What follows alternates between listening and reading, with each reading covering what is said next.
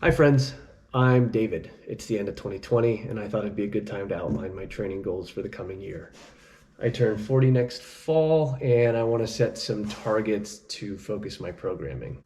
I'm not training for any specific event, I just feel and function better with a consistent strength and mobility routine.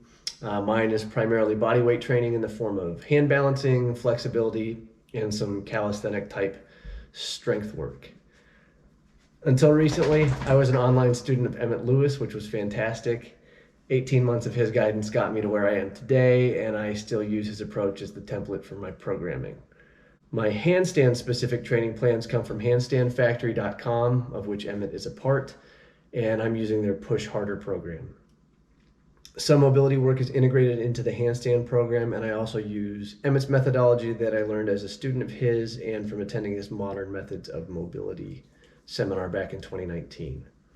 Other strength work is programmed using Charles Poliquin's methodology involving supersets and tempo work. Most of the sets, reps, and rest protocols come from his writing as well.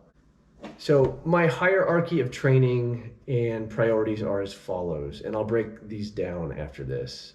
The first is flexibility, second is handstands, then it's bent arm strength, straight arm strength, and legs. So the top priority is flexibility. I want to hit a flat middle split, a flat front split, both legs, flat pancake and pike, legs straight bridge, and some active flexibility that I'll mostly train through the movements themselves. I'm reasonably close on most of these, but would like to close the gap. And I'd also like for the end range positions to be less uncomfortable. Focus area number 2 is handstands. The overarching goal is a one-arm handstand. I'd like to hit 5 seconds on each arm. That's a bit lofty for me to digest, so I've broken that down into 3 sub-goals. The first is straight tuck and pike chin to chest. Second is freestanding weight shifts onto the fingertips. And the third is freestanding flags. I can do ugly versions of most of these, but I have to start the movement off the wall. And what I want in those 3 movements is consistency moving into, through, and out of the position without using the wall. Number 3 is bent arm strength. And this comes in the form of 2 movements. The first is the 90-degree push-up. I was training handstand push-ups before. I hit 5 freestanding handstand push-ups this summer and can do singles and doubles from elevation.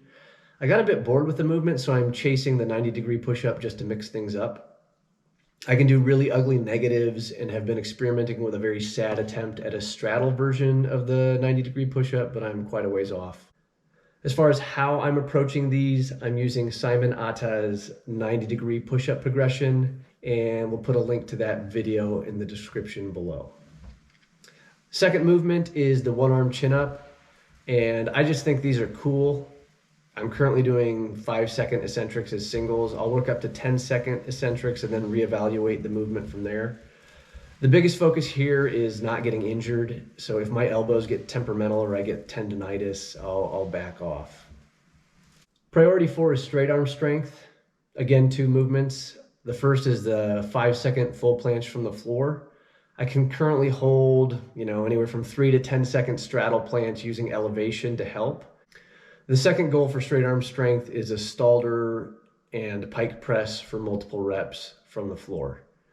I can do both of these for singles or inconsistent doubles using elevation to compensate for a lack of flexibility, but I'd like to get both of these from the floor, clean up the form, and then hit multiple reps. So the last section is lower body. I don't have any specific goals I'm targeting, and that may change. I don't have a barbell, so I'm working with adjustable dumbbells that combine for up to 140 pounds. And the training's primarily unilateral work for just general strength and to balance out the upper body training. So a typical session will address, a movement for the anterior chain, a movement for the posterior chain, and then some calf specific work. So that's an overview of the focus areas. Now I'm going to break down what that looks like in a typical training week. So day 1 is the handstand 1 plus Stalder or pike press plus calf work. Day 2 is the second handstand workout. Day 3 is legs plus calves. Day 4, back to the first handstand workout plus some planche and lever work at the end. Day 5 is just bent arm specific strength training. Day 6 is handstand 2 plus flexibility, or if I'm really exhausted, I'll just do the flexibility work and take a day off from the handstands. And then day 7 is completely off. So those are my training priorities for the next 12 months and a very general breakdown of my approach. I'm sure I'll reach some of my goals, but perhaps not all, and that's okay. Feel free to explore the links in the description below and then reach out with any questions if you have them.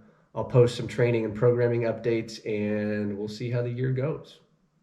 See you soon.